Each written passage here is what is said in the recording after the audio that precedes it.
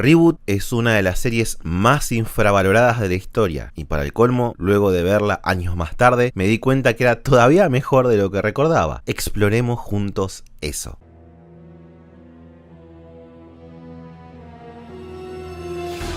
Cuando crecemos, nos puede pasar que se nos genera un miedo al intentar revisar una historia que cuando fuimos niños era especial para nosotros, e incluso, en algunos casos, fue hasta formativa. La ansiedad de una posible realización de que aquello que tanto nos marcó no era la gran cosa y simplemente estaba elevada por los lentes de la nostalgia, puede llevar a desalentar a uno a querer volver a visitarla. Pero cuando volvés y te das cuenta no solo de que era buena, sino mejor de lo que recordabas, y además ahora, con una mirada adulta, podés dimensionar el amor y esfuerzo que le puso su equipo creativo y la manera en la que no te subestimaron hace tantos años por ser un chico. Eso, querida persona del otro lado de la pantalla, eso no tiene precio. Así que hablemos de Reboot, una obra maestra olvidada del lejano 1994.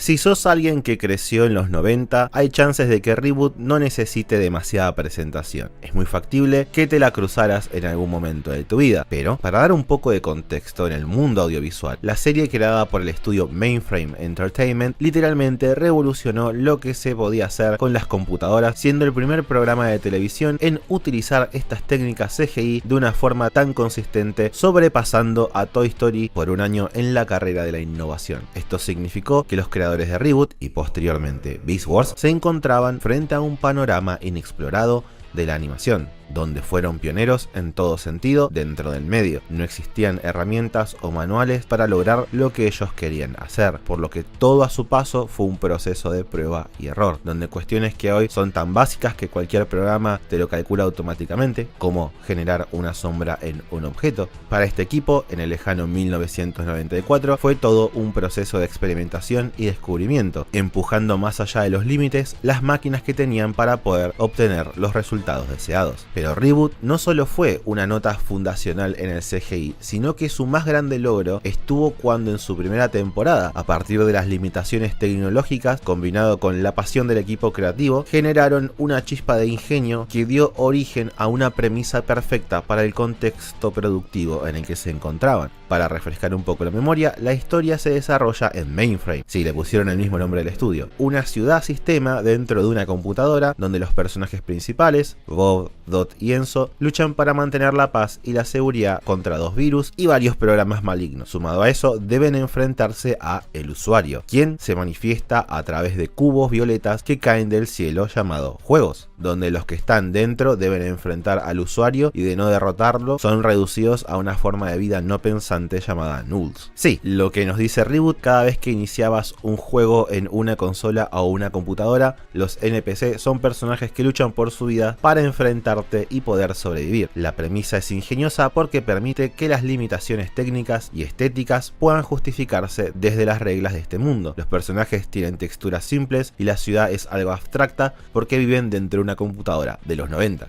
Así, se tomaron muchos atajos narrativos ingeniosos. Por ejemplo, como era difícil tener muchos modelos complejos humanoides al mismo tiempo, lo solucionaron haciendo que la mayoría de los habitantes de este mundo sean binomios, diseños simples de hacer y animar, súper memorables, que representan los ceros y unos dentro del código binario de una computadora. Igual, eso no quita que en todos los capítulos el equipo detrás de la serie se tomaba el trabajo de crear fondos, assets y personajes nuevos para representar los distintos juegos que solamente veíamos una vez, algo que permitía que cada episodio se mantuviera fresco en términos de retos, tarea que no fue sencilla, ya que incluso hoy en día las series CGI tienen problemas para crear demasiados assets nuevos. Por eso, por ejemplo, Transformers Prime tiene tan pocos personajes. Pero bueno, la primera temporada de Reboot al final fue muy sencilla y alegre, ya que como el estudio estaba más enfocado en descubrir cómo hacer que las cosas funcionen, los guiones fueron encargados a freelancers, trayendo un montón de historias simples y autoconclusivas, donde el protagonista, Bob Bob, un guardián que viene de lo que se llama la computadora central, junto a su herramienta Glitch, que puede convertirse en un montón de armas, y como su nombre dice, Glitch es lo que le permite hacer que cosas que no están en los juegos aparezcan. Luchan contra los dos virus de turno, Megabyte y Hexadecimal, y contra el usuario, en estos distintos juegos que celebran las cosas que les gustan a los creadores, pero también aprovechan la revolución del salto en 3D en las consolas, que venían más que nada de la mano de PlayStation y Nintendo 64. Así que esta primera temporada de Reboot es meh, e irónicamente es la versión de la serie que la mayoría recuerda, pero no es realmente la mejor parte.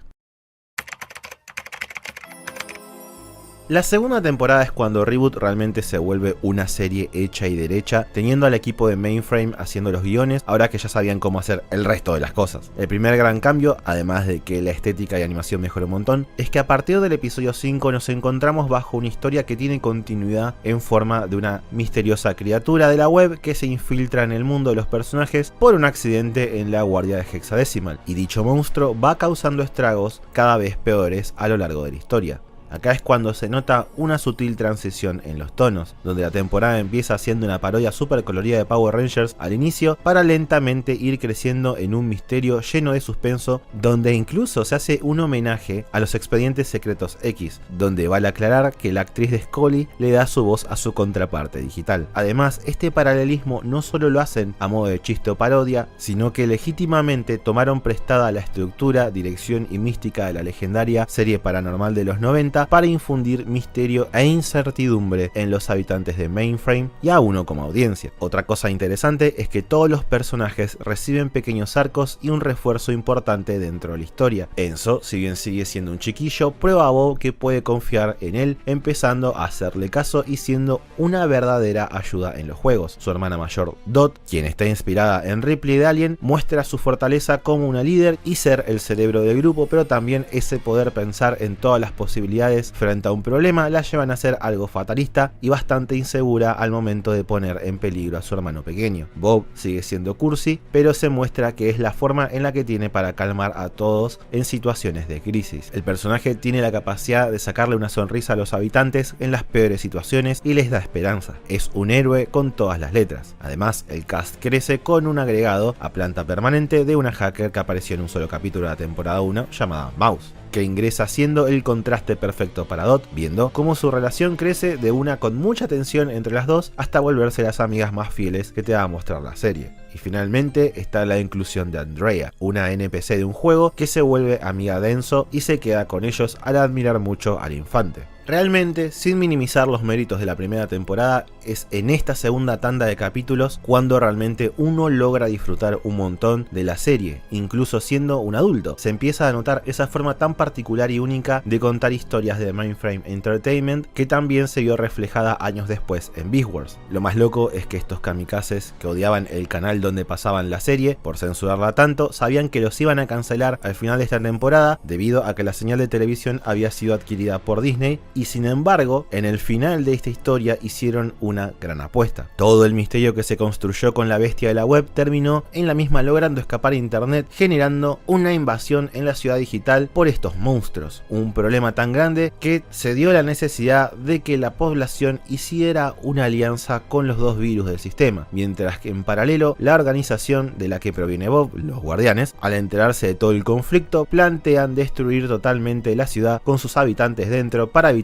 que las criaturas se propaguen en otros sistemas. El final de la segunda temporada es espectacular y la gran apuesta simple. Durante el combate final, Bob asciende a Enzo a cadete de guardián, algo que el personaje se ganó, pero cuando estaban empezando a derrotar a las bestias de la web, Megabyte ataca por detrás al protagonista, daña y tira a Glitch y lo lanza a la internet antes de cerrar el portal para siempre, cambiando el status quo de la serie y, hasta donde sabemos, matando al personaje más optimista y central de la historia. Una locura, un crecimiento enorme entre temporadas, pasando de esto a esto. I'm sorry.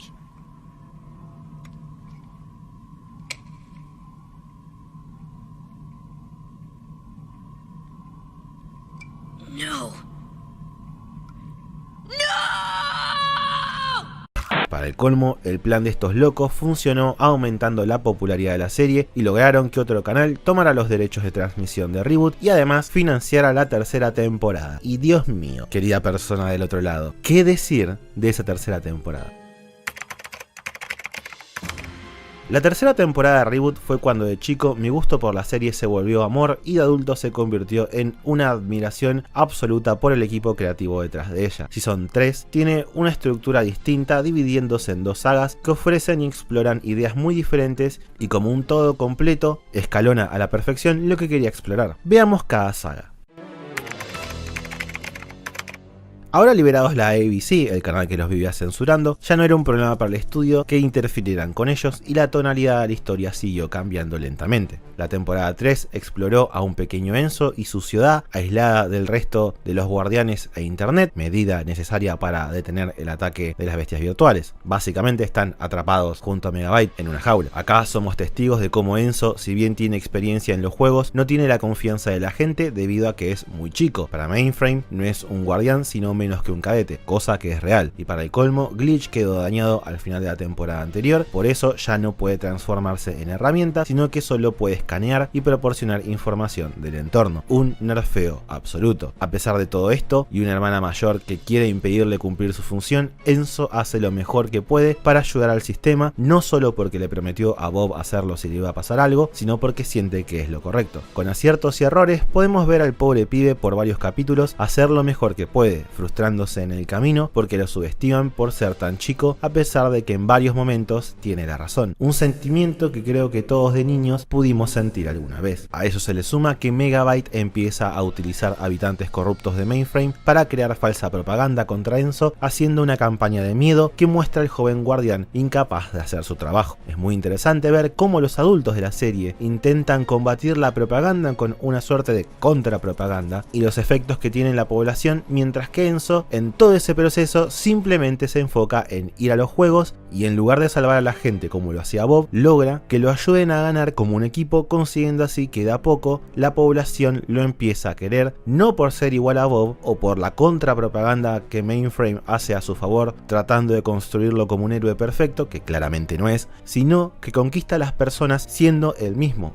Un chico honesto que hace lo mejor que puede y no duda en pedirte ayuda para ayudarte. El clímax de esta historia está cuando se crea una pared de fuego en medio de una guerra entre Mainframe y los virus que terminan encerrando a Megabyte en un sector. Es muy gracioso que incluso este episodio hace un opening a la James Bond que, si le prestamos atención, te anticipa un montón de cosas que van a pasar en el futuro del joven guardián. Tristemente, cuando el personaje ya estaba empezando a tomarle la mano a la cuestión de ser un guardián, superando lo dicho de la propaganda en su contra, con acciones y honestidad, Enzo, Andrea y su perro Frisket terminan dentro de un juego que no pueden ganar. Esencialmente un Mortal Kombat donde el jugador elige al personaje más fuerte, literalmente llamado el Diablo. El pobre Enzo hace lo que puede en 1 versus 1, donde al principio tiene el control de la situación, pero termina perdiendo la batalla e incluso un ojo. Es como si te pusieras a jugar con tu primito de 6 años al Mortal Kombat 3, él se elige al personaje más básico, vos tryhardeás a Motaro y para el colmo le diste un control que no andaba bien. Difícilmente que no lo traumes y todo le salga mal al pobre chico. Pero bueno, Enzo y Andrea llegan a la conclusión de que se van a tener que volver NPCs del juego, con una mecánica establecida previamente en la segunda temporada, para no morir e irse con él en algún sistema random, cerrando así esta etapa con un guardián derrotado que dejó a su gente y familia en medio de una guerra con los virus para sobrevivir e intentar luchar otro día. Es muy loco porque en una industria norteamericana que para principios de los 90 no era muy común el cambio de status quo, acá Reboot vino, rompió con toda esa noción y no solo que cambió lo que era la serie, sino que antes que te pudieras acostumbrar a las nuevas reglas, puso una bomba y cambió todo de nuevo. Pero, ¿cómo fueron estos nuevos cambios? El segundo arco de la tercera temporada, y a mi criterio el momento donde Reboot alcanzó su máxima expresión, es donde seguimos a un Enzo adulto, ahora haciéndose llamar simplemente Matrix, junto a Andrea y Frisket, perdidos en los juegos, saltando de sistema en sistema. A lo largo de estos capítulos podemos ver cómo en la búsqueda de Mainframe, en lugar de enfocarnos en los mundos de los juegos que más allá del desafío no tienen historia, lo que hacemos es ir a distintos sistemas muy diferentes entre sí que presentan problemas bastante particulares, desde tensiones en una cultura con virus infiltrados hasta sistemas a punto de destruirse porque nadie se anima a defenderse del usuario. En este nuevo status quo, Matrix sigue siendo el protagonista, pero la incertidumbre sobre qué pasó con su hogar a solas con Megabyte crea en el personaje un odio enorme hacia los virus, pero también hacia quien solía ser, un niño débil. Es acá cuando uno a primera vista cree que Reboot cayó en las tendencias noventeras tan populares de hacer todo extremo, especialmente en los cómics donde personajes clásicos como Sue Storm o Namor se empezaron a ver así, o incluso se creó una nueva Liga de la Justicia llamada Extreme Justice. Nos encontrábamos en una época donde había personajes oscuros con muy poca sustancia detrás, propuestas e historias vacías. Matrix pareciera encajar en ese molde totalmente con su diseño y actitud. La diferencia estuvo en que los creadores de este personaje son nerdos clásicos, fan de Star Trek, de novelas y ciencia ficción, por lo que claramente odiaban este trending en los cómics. Eso quiere decir que lo que realmente hicieron fue venderle a los infantes de la época por los ojos lo que era popular en el momento y terminaron dando una vuelta de tuerca a Matrix, dando como resultado algo totalmente distinto. Así es, el mayor atributo de la serie fue volver al joven Enzo en una crítica sobre el estereotipo de macho renegado sin causa, y en lugar de celebrar el tropo terminan haciendo de ello una tragedia. Sí, Matrix se vuelve más temperamental y perseguido, casi esquizofrénico a un punto de la historia, pero eso le genera una contradicción personal. Por un lado, siente que necesita ser así para sobrevivir a los juegos y derrotar en un futuro a Megabyte, pero también teme que se haya transformado en algo que Bob odiaría. El hecho de que cada día esté más lejos de ser como su héroe y más cerca de ser como el villano que tanto odia, lo hacen pedazo por dentro, episodio a episodio. Tanto así que en un capítulo tuvo una pesadilla donde se negaba a aceptarlo hasta que enfrentó su peor miedo, él mismo. No, not you.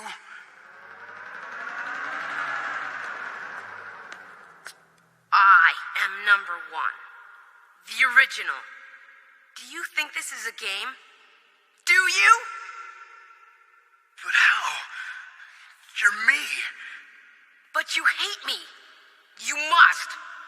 Look at what you've become. You're wrong. I had to become bigger, tougher. I had to be ready for Megabyte to survive the games. Did you like the games more than Mainframe? More than your family? No, I didn't. I was trapped in the games. Games.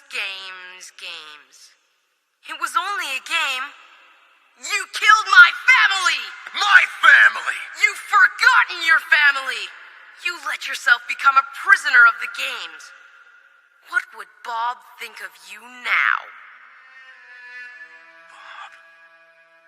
Al final, Reboot te dice que celebrar que alguien sea así, con tanto dolor adentro y tanto odio consumiéndolo, no está bueno, porque Matrix es algo que irónicamente el capítulo de Firewall anticipó a la audiencia. En el opening, especial tipo James Bond, vemos un plano donde la sombra del ojo de Enzo que va a perder está oculto y nos dicen desde la canción: fuego, míralo ardiendo en sus ojos, es la flama que nunca muere ardiendo brillante más que todo, como una pared de fuego. Eso es una descripción de lo que se termina convirtiendo Matrix como personaje al crecer. Alguien que lucha por no ser consumido por la furia en su interior, ese fuego, ese odio a Megabyte que, como él mismo se da cuenta, le da poder, pero lo destruye de a poco. I am number one.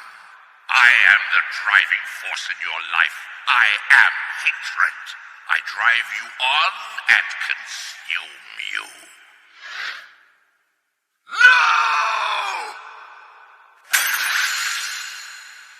El resto de la historia es atestiguar cómo este personaje empieza a viajar por internet, lugar que como en la vida real es escalofriante y violento, logrando llegar a casa, encontrando a Bob en el camino y encarando todas estas inseguridades al volver a ver a todos los que ama, temiendo a cada paso que rechacen en lo que se vio forzado a convertirse. Además, en la batalla final por salvar a Mainframe de Megabyte, quien terminó conquistando todo el sistema, aunque Bob haya vuelto a estar presente en la historia, el núcleo emocional del conflicto no está en él, sino que se lo dan a Enzo. Matrix nunca deja de ser el protagonista. Durante este conflicto, en un giro de acontecimientos, Mainframe Entertainment rompe con el cliché de que el villano quiere hacerle la psicológica por lo parecido que se volvió el protagonista al malo, sino que es todo lo contrario. Megabyte está aterrado por haber creado un igual a él, alguien que no va a dudar en matarlo, pero al final Matrix logra sobreponerse a ese odio que lo consumía y derrota al villano sin destruirlo. No se transformó en lo que en tanto odiaba. Incluso por cuestiones de la trama, luego de vencer a Megabyte, logra derrotar fácilmente al monstruo que le quitó el ojo tantos años antes, cerrando también ese capítulo, quedando claro para el personaje y nosotros que ya no es débil, incluso habiendo abandonado su odio interno. Al final de la tercera temporada, Reboot tiene un final feliz, donde se resetea el servidor, reparando todo e incluso creando un backup del Enzo chiquito, que gracias a las reglas de la historia puede convivir con Matrix como entidades separadas. Igual, cabe aclarar que a pesar de un cierre bastante satisfactorio, quedaron ciertos cabos sueltos, ya que por ejemplo, en sus viajes Matrix descubre que los guardianes están siendo infectados por un virus en la supercomputadora llamado Daemon, historia que quedó inconclusa hasta la salida de una cuarta temporada años más tarde, que nunca llegó a estas tierras y que vamos a explorar otro día. Así que no tengo nada más que decir. Amo a Reboot con todo mi corazón, y al igual que otros títulos de los que ya hablé en este canal, sigo sintiendo que, aunque lo intente, no le estoy haciendo justicia. Fue, a los ojos de mi yo chico y mi yo adulto, una masterclass de narrativa para infantes, que a mi criterio es mucho más difícil de hacer bien que una serie para un público compuesto por adultos. Es una gran obra que utilizó las limitaciones de su época para terminar contando una gran y única historia que hace que incluso la animación, así limitada, tenga sentido y todavía genere inmersión. Con su tercera entrega dejó tantas lecciones positivas para su target demográfico objetivo, casi a contracorriente de lo que eran las producciones de la época, donde se exploró cómo está bien sincerarse con tus sentimientos e inseguridades, que es eso lo que te hace realmente fuerte, y cómo muchas veces, aunque demos lo mejor de nosotros, las cosas no van a salir bien, pero eso no quiere decir que seas una mala persona ni un fracasado. Al contrario, es una experiencia que te fortalece. Con Reboot su audiencia aprende. Es uno de esos títulos que son entretenidos, pero que se volvieron mitología moderna formativa para muchos pibes que crecieron en los 90. Es una serie que incluso hoy en día merece ser vista. Y es esperable. Después de todo, estamos hablando de la gente que cuando le dijeron que hagan una serie de Transformers, los cuales en los cómics estaban llenos de balas, músculos y violencia sin sentido noventero, estos tipos se dedicaron a hacer una serie donde estos robots exploran lo que es el honor, la filosofía y el peso del destino. Son unos genios totales que tuvimos el privilegio de conocer a través de sus historias.